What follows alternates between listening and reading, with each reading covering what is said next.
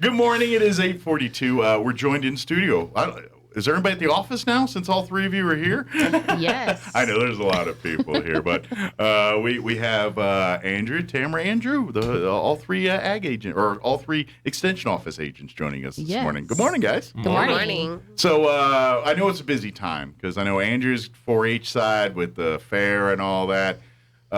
Drew on the ag side's always, especially with drought and everything, you probably got, heat and everything else. I'm sure they're lighting up your phone. Oh, definitely. And of course, Tamara, it's always diabetic cooking seasons all the time. And then, of course, fair season's very busy for you as well, too. So I imagine all three of you are probably got full agendas right now. Yes. So. Tamara's busy getting ready for inside exhibits on Friday. Okay. So fair starts pretty much on Friday. For us with inside exhibits going in and being judged. Yeah. And yeah, by the way, Chaves County Fair gets underway here next week. So it really set up this weekend, and next week they'll be doing the livestock shows, and then I think it's next Friday will be the junior livestock auction and everything else. So it's that time of year again to get out there and support the kids and all that good stuff. So it's not as fancy as the Eastern New Mexico State Fair in October because there's not all the big carnivals and all that, but it's still a lot of fun because the exhibits and things, you get to see all the hard work the kids do. The livestock shows are fun to watch. I don't care who you. I grew up in Maryland. I was kind of a city folk. I don't have a lot of experience around cows and whatnot, other than eating them. But but when I go and watch these shows, it's fun. It's just fun to watch, especially the smaller kids with like the cows, the heifers, even the pigs. They're just fun to watch because these kids work these animals, and to see a kid that looks like he's 50 pounds soaking wet navigating around an 800-pound cow and manhandle it, you know what I mean, and really not just doing it for show, really, doing his job or her job and showing this animal. It's cool to me to see that. And pig wrangling's funny to watch. I don't care what anybody says. When they got a bunch of pigs, don't know where they're going, and you got a bunch of kids with boards trying to make pigs go in certain areas, I can watch that all day. It's a good time for sure. But that's just half the battle or half the fair here. Then you got to go into the education and the arts and crafts area, that whole fleet of building there at the fairgrounds, because there is so much amazing content in there from kids, from food to your sewing and artwork and all of that stuff. And I defy you to understand if when you go through there, like, you sure a kid did that? You look at stuff and you're like, Mom, help! What's going on? I mean, it's so good that but it's the kids. They're doing their stuff.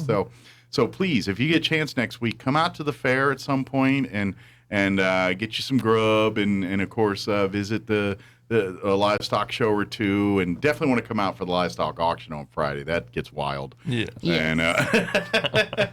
And you can bid early and often on the animals, because this is that's like college fund money or project fund seed money for the next kid, depending on how old they are. And so that's like the fruit of their labor for all the hard work this past season. So, and it really starts, some of them, I guess it starts at the fair, right? At the Chaves County Fair, and some will go on to compete at the Eastern or State Fair. Correct. Yeah. This is their first fair. Some of them may have gone to some jackpots this summer and practiced. Okay. But yeah, County Fair is the first fair they'll have, and then they have an opportunity to go to State Fair in Albuquerque in September. Okay. And then they'll end it with the Eastern New Mexico State Fair in October. Okay. And Tamara, I'm sure it's the exact same for the home ec side of fair stuff, right? Right. So all those that get first place at County Fair then have the opportunity to go to state, and then first through fourth go to Eastern in October. Okay. Do you get involved in any of the fair stuff, Drew, or is your stuff farm and ranching, or I don't know if you're in there measuring pumpkins or something? Or... He does have to come judge with us. I am. I'm going to be helping judging, and then also we've been having a lot of tagging events because all of these animals have to be tagged and registered and labeled for it. So that's where you're in. I will be at the fair helping out any way I can. Gotcha. He gets drug around wherever we need him. Yeah, pretty much. So that's the fun part. You're the guy that just fills the gap in the line. Wherever there's a gap, Right Put now. Drew in there. There are days when it's all hands on deck. So I get you. Friday and a few of the other days are one of those days. Let me ask. That was a sexy snort, but let me ask this. Could you guys? Is volunteer help a thing for you guys? I mean, could you always use like people say, hey, if you got some free time next week, we could use some volunteers to help wrangle kids or do whatever out at the fairgrounds? Yeah, we always need volunteers for helping with projects. So Okay. I mean, we have over 200 projects in 4-H. Tamara and I, we can do our best. Andrew, we wrangle him in too to lead those projects, but 4-H wouldn't be what it is without volunteer leaders helping lead those projects. So Gotcha. especially if they have a niche that they like to do, whether it be, we had a woodworking project this year that was led by a leader. We had cake decorating. Cake that decorating came was in. a leader. Okay. So we really try to utilize people that have that skill to teach those workshops Sure. for us. But yeah, Tamara has been looking for volunteers for Friday. So we're always looking for volunteers to help us with our So programs. reach out to the extension office. We'll give you the numbers here in a little bit. Yes.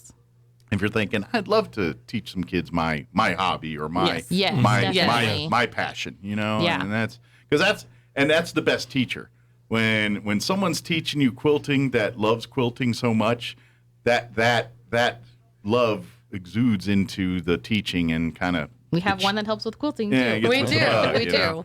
We have a lot of sewers. Yes. Yeah. Well, that's great because I feel like with technology and the way the world we live in now, those kind of skill sets are declining, not increasing. Right. And so it's good to see the next generations picking up sewing, picking up these, by the way, it didn't come from the store mentality, you have to make these things. So good deal. I got to ask, because I've had experience doing this. Do you get a lot of food eaten and judging at this time of year? Is that because I've done that in the past where I've had to judge at the fair for eating, and on the surface it's delightful, but about an hour into it, you're kind of like, what was I thinking? We do. We have a whole section that's about food and food preservation, and we do encourage our judges. We Small forgot, bites. Yeah. we Small forgot bites. to It's get a Mike as hard a judge lesson to this year. learn. He's going to be on my list next year, though, to come Okay. judge. Well, I've trained better now. All right, I've trained better. But, Small bites. But, Small bites. but it is fun. But it's one of those things you're like, oh, especially if you're like, because it's usually like baked goods. Mm-hmm. So it's like cookies and cakes and pies. And after a while of eating nothing but cookies, cakes, and pies, you're like, oh, I'm going to die. But you want to take a nap, one or the other. You're going into a sugar coma. But it is really, they do a great job. I mean, that's just it. That's part of the small bites is a legit problem because you're like, ooh, this is so good. You want to take another piece of, and then and then you get the idea, well, I'll save it to the side and get it later. And then by that time, you're like, I don't want to look at it. So it's fun, but it is work. It's not a party like one would think judging an eating contest. Right. So And she will be looking for cooking. judges for October too. So for Okay. Eastern Fair, so you get to taste, all 9 counties Oh, worth yeah. of So that's a lot Of more baking. So Yeah. so judge this week to train to be a judge. At Easter. It's kind of like the Coney Island Nathan hot dog eating contest. You got to train to get to that sucker. Yes. Start now. But Yes. but the fair's a lot of fun, and hopefully you bring your family out some point next week and come and root the. If you go to where you can go to the extension office to find or is it the Eastern New Mexico State Fair website? Which does it have the fair book for this year's fair? So or? if you go to our website, so Okay. chaves-extension.nmsu.edu, Okay. you can find a fair book there. Okay. Next week on Facebook, I will have a schedule Okay. of all of the events, and probably on Instagram too, if you follow Okay. us on Instagram. But pretty much the livestock shows will start at 8 o'clock Okay. Monday through Thursday. Okay. And I did see a then- schedule somewhere or another. I thought maybe it was an Maybe. old one.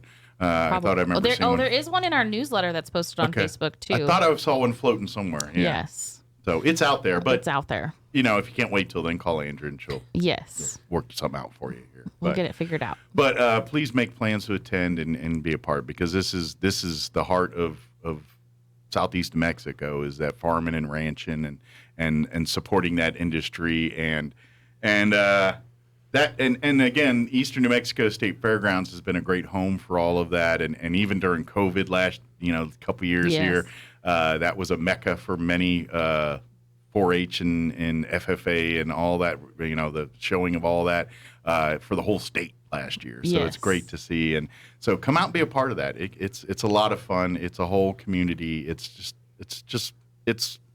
It's really Southeast New Mexico, just in a nutshell, basically, has come out to the fair, basically. So. Yep, we're very low key. It is free because we just have the livestock shows and the inside exhibits. We do have a horse show on Friday. Okay. Or on Saturday at 5, and then on Tuesdays the rodeo, and that will begin at 6, I think. Okay, and that's at the Bob Crosby Arena there. Correct. At the fairgrounds. Which, that's where all the proper rodeo may is be done. at 7. At 7. There you go. Well, and that's the beauty of it. You just follow your nose, because then you'll do like the hamburger stands and all that. Just follow your nose. We don't have all of that. That's Easter. We might have one food truck. That's about it. I just put food somewhere, and they will come. If you feed them, they will come. That's kind of. Oh man, what else do we want to cover here? Other things outside of the fair we want to get on people's radar. So we're coming up on Pecan Weevil season. All right. So August 4th at our extension office at 200 East Chisholm. Okay. We're going to be handing out pecan weevil traps. So if you have a backyard pecan tree, please come see us August 4th from 11 to 2 o'clock. If you can't make that time frame, reach out to us. We'll try and reserve a trap for you. Really what we're trying to do is monitor where are the pecan weevils. So far, where we've been seeing them haven't been in our orchards, our large production orchards, which good. Is very good. That's a good thing. But we are still finding them in homeowners' backyards. Okay. And so we really want to nail down where are the weevils within Chaves County. So if you have a backyard pecan tree, come see us, come get a trap. They're absolutely free. We'll show you how to put it up, how to monitor it, and you can let us know. I'm just curious. Like you said, you're not seeing it in the commercial. Do they use different whatevers to make that happen versus what, say, a private person with a pecan tree would do? So, yes, there are obviously some treatments that go on within an orchard that are in a large-scale production Which is orchard. probably not feasible for a person just owns a pecan tree or two. Yeah. Too expensive or generally too they're not doing. And but one of the big things, too, is kind of a good thing. The pecan weevil's a really bad flyer, so it's a bad traveler. So spread them out. It first got established by a homeowner bringing a pecan tree back from Texas and planting it in their yard and here in the city. And so because they're bad flyers and they're kind of trapped in the city right now, but they are moving around within the city, and eventually they will spread on out if we don't continue to control them. And so that's one of the big reasons why we're trying to monitor them with these traps. So we're handing out these free traps. It's going to be in coordination with NMDA at our office. And then it's not something you have to do, but it is something we encourage. If you do find pecan weevils, there's an absolutely free treatment option for the homeowner. Okay. And all it is a soil treatment. They're treating the soil because the pecan weevil during this time of the year when we're handing out these traps comes out of the soil. And so they're not actually treating the tree. It's not going to affect your tree. It's not going to affect your pecans whatsoever. It's strictly a treatment on the soil to try and get that weevil as it comes out of the soil. Okay. I'm trying to wrap my head around what a weevil trap looks like. So there's a couple different styles. I'm just curious. I was kind of like, what does a weevil trap look like? I want to know. So there's a couple different styles and a couple of different ways. So what happens when that weevil comes out of the ground, it will just look around, see the bark of a tree, and fly to that dark tree bark, and then it crawls up. Because, again, they're terrible flyers. Gotcha. And so they don't want to fly that much. They will fly to the trunk of the tree and then crawl all the way up. So what the trap does is it wraps around the trunk of the tree at a certain height, generally about chest height. And so when that weevil crawls up, it just crawls into this little funnel that eventually leads it into a little jar where you can easily Pretty ingenious. It is. It's using its own. I was trying to wrap my head around it. I'm thinking like a little cage on the ground. I'm like, what am I? That don't sound right. I was just trying to kind of wrap my head around it. So very cool. Yeah. Awesome. Good. Now I got an image, since they're bad flyers, of like a weevil sitting on like a Snoopy a doghouse with a cowboy hat because they're from Texas, and they're going, yeah, they crash into a tree. that's the image I got painted when Drew was talking. It's about how it happens, Mike. That's what I figured. That's what I figured. But That's funny. but if you have, like you said, if you have questions or thinking, please reach out to the extension office, and because. And of course, if you have questions about any of the rules involved your pecans and quarantining and where you can take them and where you can't take them, Drew can help you with all that information. Yes, because we are under that quarantine right now. Chaves County, Eddy County, and Lee County are all still quarantined because of this pecan weevil. Okay. And so it's the most destructive insect pest of pecans. Wow. And so we've been pretty lucky that it stayed in homeowners' backyards right now, but we really want to try and get it on top of this, find where they are, and get rid of them. Yeah, they wanted to eradicate it, not give it the strength to show up eventually in our commercial That's it. pecan orchards and things like that. So that would, because once people start paying we're paying a lot of money for everything now anyway, but when they can't get their pecans, Yes. oh, you will see some salty people. Yeah. It'll be nuts. Yeah, you're waiting for it, I know. If anybody has any questions about anything we talked about here, whether it needs help with the pecan weevils or fair information here or 4-H or if they want to learn more about signing up for diabetes class or diabetics cookbook, any of the stuff that's coming up in the future months here. We do. We have a Prevent T2, which is our year-round diabetes prevention program, and so it's kicking off in August. Okay, so now's the time to get in on Yes. that. Reach out to Tamara at the Extension office for information there. So give out the phone number or the best way to get a hold of you guys at the Extension office. I know it might be a little tricky next week because it'll be all hands on deck out at the fair. Secretaries now at the office, so we have a full staff now. So they can take a message for you. Yes, they can take a message. They can call 575-622-3210. Okay. Or if they just want to come by 200 East Chisholm Street, number 4, we're at the southwest side of the health department building. There you go. And of course, if you're out and about at the fairgrounds next week, just look for any of these three. And if they're very busy, maybe wait till they're not so busy. But, Yeah. come say hi and and see what you can do to get involved. So Exactly. good deal. Well, thank you guys. Thank you. Thank you. I'm gonna be stuck with that image of the cowboy Yeah. weevil. The rest of my day. Thank you guys. We'll see you next time. Okay. Thanks, Mike. Thanks. All right. It is 9:00. You're listening to 106.5 Rouse's Talk FM KEND.